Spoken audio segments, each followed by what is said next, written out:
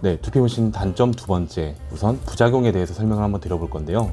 오늘도 똑같이 사진을 한번 보면서 설명을 드려볼게요. 첫 번째 사진 보면은 너무 심하죠. 이걸 보면 알 수 있는 거는 거의 하루 만에 다 하신 것 같아요. 그리고 자동 머신을 썼을 확률이 높아요. 결정적으로 두피 문신에 대해서 이해도가 전혀 없는 분이세요. 일단은 두피 문신 부작용은 크게 두 가지 이유예요. 너무 깊게 찔러서, 그리고 처음부터 너무 촘촘하게 시술해서. 그리고 왜 자동 머신을 썼다고 생각하냐면 약간 되게 일률적이에요. 아파트 줄 지어놓은 것처럼 드드드득 드드드득 약간 이런 느낌으로 색소가 침착된 게 보이죠. 네, 제가 봤을 땐 딱 보이네요. 두 번째, 이것도 마찬가지예요. 헤어라인, 두피 문신인데 남자분이신 것 같고 M자 쪽에 하신 것 같아요. 그리고 여기 약간 건선도 좀 있으신 건지 두피 상태가 자체가 좋진 않으시네요. 이거는 두피 문신이 아니라 거의 색칠을 하신 거예요. 뭐 타투, 몸에 하는 문신처럼 색칠을 했기 때문에 거의 점 형태가 아예 안 보이죠. 이런 경우에는 당연히 이렇게 될 수밖에 없죠. 이것도 두피 문신에 대한 이해도가 없어서. 이런 경우에는 제거를 어느 정도 다 해놔야, 그래야 이제 뭐 복구를 하든 말든 하지, 이 상태에서 뭐 더 해봤자 의미도 없는 거죠. 어느 정도 옅어졌을 때 복구가 또 되거든요.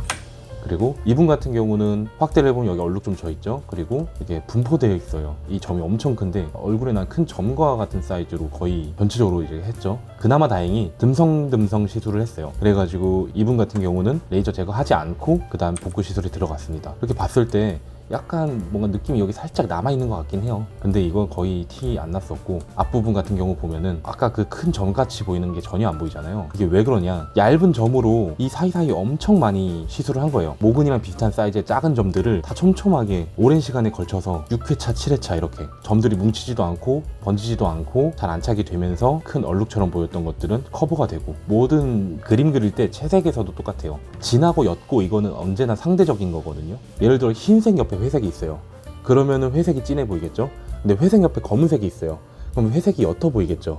이런 것처럼 항상 그 밀도라는 거는 상대적인 거기 때문에 이분 같은 경우는 그런 상대적인 밀도 조정을 통해서 커버가 된 모습입니다. 이분은 제가 시술을 해드렸어요. 네. 또 이분 같은 경우도 너무 일단 점이 크죠. 근데 이 점의 밀도를 좀 맞추기 위해선 저희도 어느 정도 살짝 진하게 들어가긴 해야 돼요. 이분 같은 경우도 커버가 되었고, 확대해서 보면은 큰 점의 밀도를 맞추기 위해서 진하게 들어간 것도 있어요. 조금 크게. 그리고 이 헤어라인으로 올수록 더 얇아지죠. 이렇게 이런 밀도를 잡고 풀어주는 게 또 중요해요.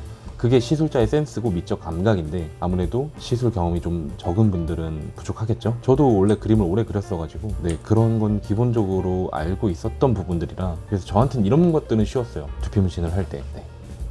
일단은 다시 정리를 해서 말하면, 두피 문신 부작용은 크게 두 가지. 시술을 너무 무리하게 깊게 시술했거나 너무 무리하게 촘촘하게 시술했거나. 두피 문신은 무조건 여러 회차에 걸쳐서 나눠서 시술해야 되는 시술이에요. 왜 그러냐면 너무 처음부터 촘촘하게 간격도 없을 정도로 욕심내서 시술을 하게 되면은 당장은 효과가 좋아 보일 수 있는데 나중에 보면 이렇게 다 번져 있는 거죠. 그래서 삭발 같은 경우는 아무리 못해도 5회차, 좀 길게 하면 7회차, 8회차 정도까지 갈 수도 있어요. 그리고 일주일 정도 주기로 시술을 하기 때문에 거의 7, 8주까지 갈 수도 있다는 거죠. 2개월 정도 잡고 받으시는 게 좋아요. 삭발 두피 문신은. 그 외에 뭐 정수리나 이런 범위가 좀 적은 곳들은 아무래도 시술 회차는 좀 줄어들겠죠? 시술 범위가 좀 적으니까. 그럼 부작용을 피하는 최선의 방법은 뭘까? 시술 전후 사진에 과도한 포토샵을 좀 하진 않는지, 그런 거 체크하면 되게 좋아요. 그런 거를 어떻게 구분하느냐?